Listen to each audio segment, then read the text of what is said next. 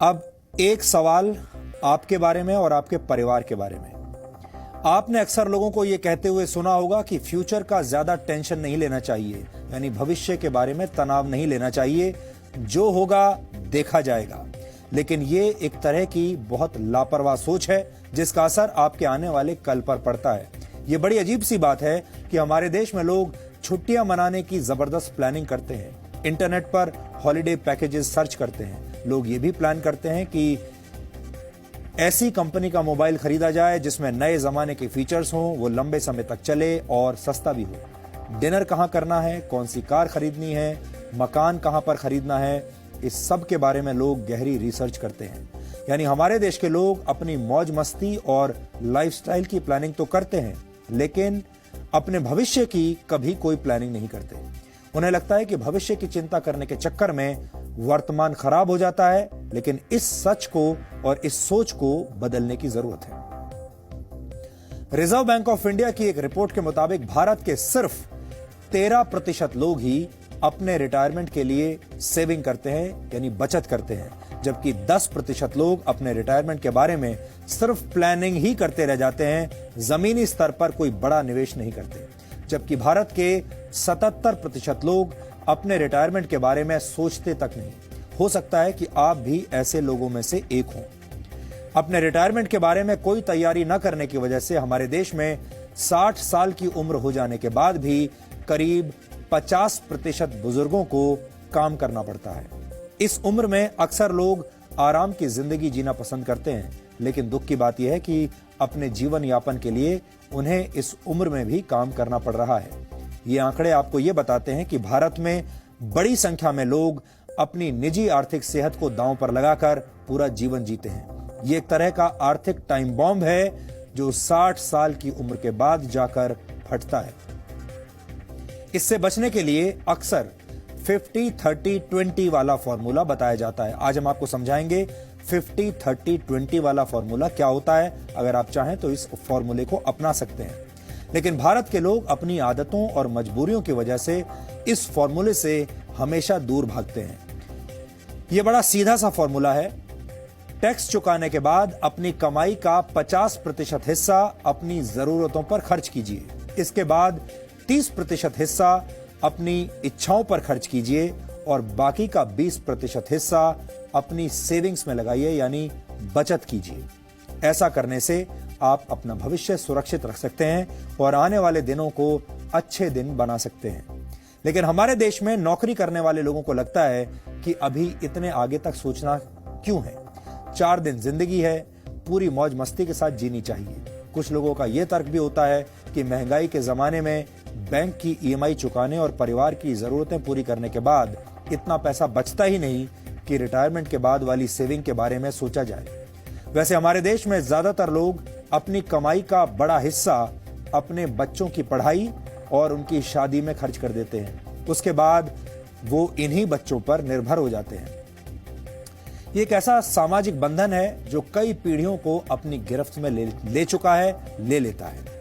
National sample survey office की एक report के मुताबिक भारत के ग्रामीण इलाकों में रहने वाले 60 साल की उम्र से ज्यादा के 73% लोग अपने बच्चों पर निर्भर हैं, जबकि शहरी क्षेत्रों में करीब 68% बुजुर्ग अपने बच्चों पर निर्भर हैं। भारत की सबसे बड़ी समस्या यह है कि यहाँ की 80% आबादी गैर संगठित क्षेत्रों में काम करती है। इन क्षेत्रों को पेंशन स्कीम के तहत वर्ष 2015 में अटल पेंशन योजना के अंतर्गत कवर किया गया था। ये पेंशन योजना तैयार की गई थी। इस पेंशन योजना के तहत बुजुर्गों को हर महीने 1000 से 5000 रुपए दिए जाएंगे। ये एक अच्छा प्रयास तो है, लेकिन आज के दौर में इस रकम से सम्मान पूर्वक जीवन जीना असंभव है। हमने नहीं सिक्योर किया क्योंकि हमारा फ्यूचर प्लान तो हमारे बच्चे थे। लाइबिलिटीज इतनी ज्यादा होती है, सोर्स ऑफ इनकम कम होता है और पॉसिबिलिटीज नहीं है जॉब्स की, और तो इस वजह से लोग अपना प्रेजेंट पहले सिक्योर करें, बाद में फ्यूचर देखेंगे। आज में जीने पर यकीन रखने वाले भारतीय अपने भविष्य को मुश्किल में डाल रहे हैं। इसके पीछे लोगों की अपनी दलील भी है। या ये कहें कि भविष्य पर फोकस न करने के हजार बहाने हैं। लेकिन इस बात को समझने की जरूरत है कि आपकी दलील और तर्कों से भविष्य को सुरक्षित नहीं किया जा सकता। अपने बेहतर भविष्य के लिए आपको बचत करनी ही पड़ेगी, वरना आपकी ये लापरवाह सोच आने वाले कल पर बहुत भारी पड़ेगी। मौजूदा दौर में भारत के 60 वर्ष की उम्र के बुजुर्ग अपनी जिंदगी को जीने के लिए आज भी काम कर रहे हैं। RBI's report, RBI's household financial savings report, only about 24%, 24% population actually lays emphasis on planning for retirement. इसका मतलब है कि a large part, almost 76%, actually does not even plan for retirement. महंगाई के जमाने में बैंकों की किश्त भरते हुए परिवार का खर्च चलाना भले ही मुश्किल काम हो, इसके बावजूद ऐसे लोगों की संख्या भी बहुत है जो अपने भविष्य के बारे में ज्यादा सोचते ही नहीं। इसके अलावा भारत में आज भी लोग अपने बच्चों को अपना इन्वेस्टमेंट प्लान मानकर पूरी कमाई उनके भविष्य के लिए खर्च कर देते हैं।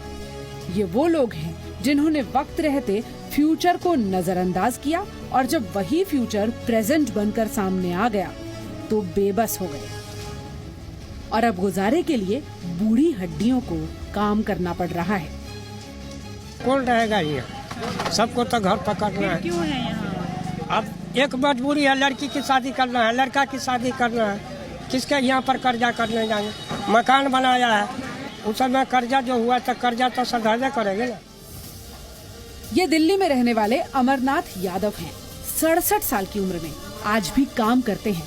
इस उम्र में अक्सर लोग आराम की जिंदगी की उम्मीद करते हैं, लेकिन अमरनाथ अपने भविष्य के लिए कुछ प्लान नहीं कर पाए।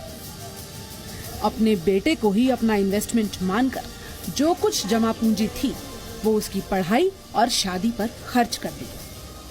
लेकिन अब बेटे की इतनी कमाई ही नहीं है कि वो पूरे परिवार का गुजारा चला सके, इसीलिए अमरनाथ को भी इस उम्र में भी काम करना पड़ रहा है।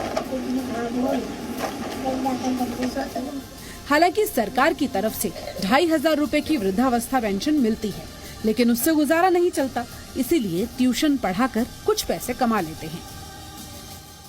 थोड़ा बहुत कमाना तो खैर अभी यूँ पड़ेगा कि भाई मेहनत नहीं करोगे तो पूरा खर्चा ये आएगा कहाँ से। बच्चे इतने सपोर्ट कर नहीं पाते, खुद ही थोड़ा बहुत ये पेंशन मिल जाती है, थोड़ा बहुत इधर उधर अपना काम धंधा देख लेते हैं, उसी से काम चल जाता है। और क्या चाहिए तो अब यही समय के हिसाब से कि भाई बड़े बूढ़े भी अपने खुद ही थोड़ा बहुत इंतजाम करके रखें तो ज़्यादा बेहतर है। किसी के ऊपर भरोसे न रहा जाए, क्योंकि कोई मदद मांगे से मदद मिलती थोड़ी है, क्योंकि बच्चे अपने ही खर्चे पूरे नहीं कर पाते।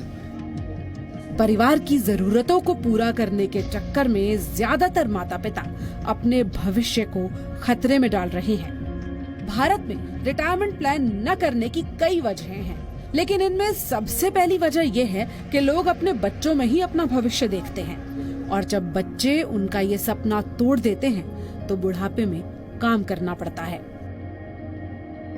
बड़ा फैक्टर है कि हमारा परसेप्शन क्या है फैमिली सिस्टम्स को लेके। सो वो जो एक परसेप्शन बना हुआ है that you know my child will take care of me and I don't need to invest, वो एक बहुत बड़ा रोल प्ले करता है हमारे डिसीजन में। तो कहीं ना कहीं हम कलेक्टिव अप्रोच रखते हैं जिसमें हमें ये लगता है कि हम करें और हमारा पूरा का पूरा फैमिली उसको शेयर करे और हम उससे चला लेंगे। But then at the end of the day the joint system is converting into nuclear system, क्योंकि ये ट्रांजिशन फेज है एंड लोग अपनी जो उनकी पुरानी एक सोच चली आ रही है वो उसके हिसाब से प्लान करते हैं या डिसीजंस लेते हैं। सो परसेप्शन का बहुत सिग्निफिकेंट रोल है हमारे इन्वेस्टमेंट डिसीजंस पे।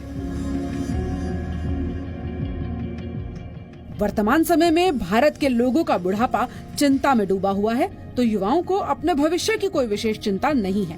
इसीलिए जरूरी है कि आज में जिया तो जाए, लेकिन आज के साथ साथ अपने आने वाले कल को सुरक्षित करना भी आप ही की जिम्मेदारी है। कविता शर्मा, जी मीडिया। एक बहुत ही अजीब विरोधाभास है कि जिस भारत ने पूरी दुनिया को बचत करने की सीख दी, वहां के लोग आज बचत करने में बहुत पीछे हैं। चाणक्य ने कहा था कि व्यक्ति को कभी भी सारा धन खर्च नहीं करना चाहिए, क्योंकि बुरा वक्त कभी भी आ सकता है। ऐसे समय में आपके द्वारा बचाया गया संचित धन ही आपकी मदद करता है। जो व्यक्ति धन संचित करने में विश्वास रखते हैं वो कभी भी असफल नहीं होते। लेकिन अब यह धारणा बदल गई है। आजकल लोग अपने क्रेडिट कार्ड्स के जरिए अपनी जरूरतें पूरी करते हैं और उधार लेकर अपने शौक पूरे करते हैं। ये एक हानिकारक सोच है। आपको इसे तुरंत बदलना होगा।